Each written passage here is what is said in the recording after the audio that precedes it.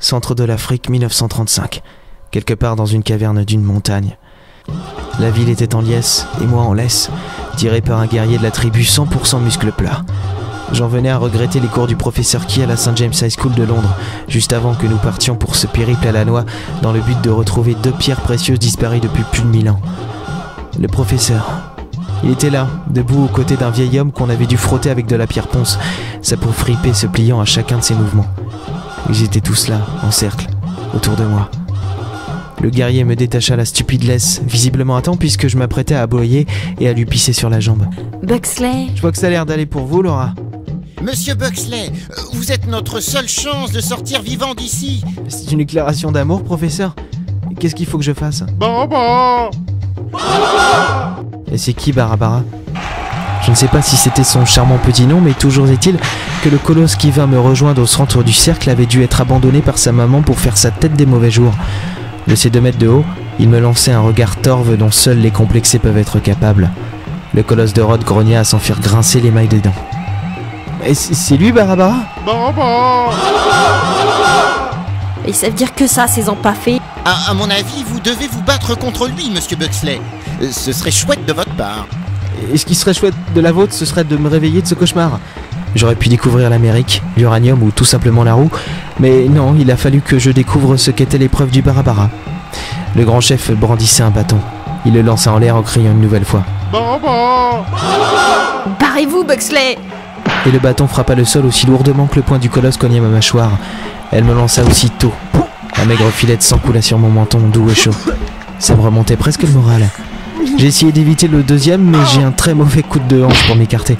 Le poing fermé de la taille d'une brique éclata ma tête, je crois, car les craquements qui suivirent risquèrent de me faire tourner de l'œil. Très vite, mon ventre se contracta sous le choc, mes jambes glissèrent sur la terre sèche. Pour la première fois de ma vie, je me trouvais à genoux devant un homme de 2 têtes de plus que moi. Tout naturellement, j'eus envie de le demander en mariage, mais j'ai cru préférable de lui décrocher un coup de poing dans les parties de sa majesté. Il se courba comme un arc, le souffle coupé, le visage noir devenant aussi rouge qu'un poivron. J'ai lancé ma jambe droite contre les siennes, mais ce débile semblait bien ancré au sol et je ne réussis qu'à me fêler le tibia. Allez, monsieur Buxley, relevez-vous! Ça va? Vous n'avez pas trop mal? Je gère parfaitement la situation. Oh, comme ça doit faire mal. Je ne vois pas son visage. La douleur diffuse avec un semblant d'éternité. Vous avez à chaque fois l'impression qu'elle est plus forte, que vos os vont céder, que votre chair va se déchirer plus encore qu'elle ne l'est déjà. J'étais par terre, étendu, les bras en croix, le nez en sang, la tête comme une cloche à la noce.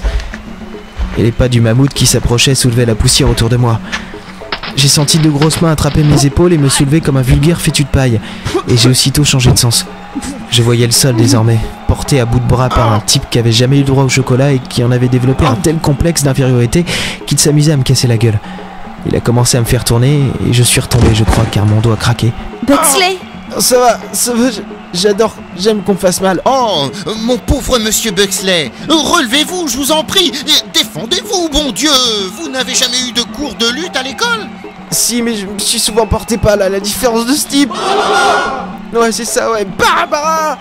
J'ai pris une poignée de terre et je l'ai balancé d'un coup à la face de celui qui commençait vraiment à me les casser au vrai sens du terme. Ce n'était que de la terre pourtant, mais il avait subitement porté les mains à son visage comme si je venais de lui jeter de l'acide. Il s'est effondré. Monsieur Buxley, vous avez réussi! Hein, quoi? Comment? Pourquoi je veux dire... Barabara? Il n'y a plus de Barabara, grand chef Pogo Pogo. Vous allez pouvoir nous laisser partir d'ici. Votre ami est un noble guerrier. Il est trop fort, oui. Moi, grand chef Pogo Pogo, je vais tenir ma promesse et vous laisser partir. Je n'en attendais pas moins de vous. Mais il me reste une chose à faire avant, professeur Key.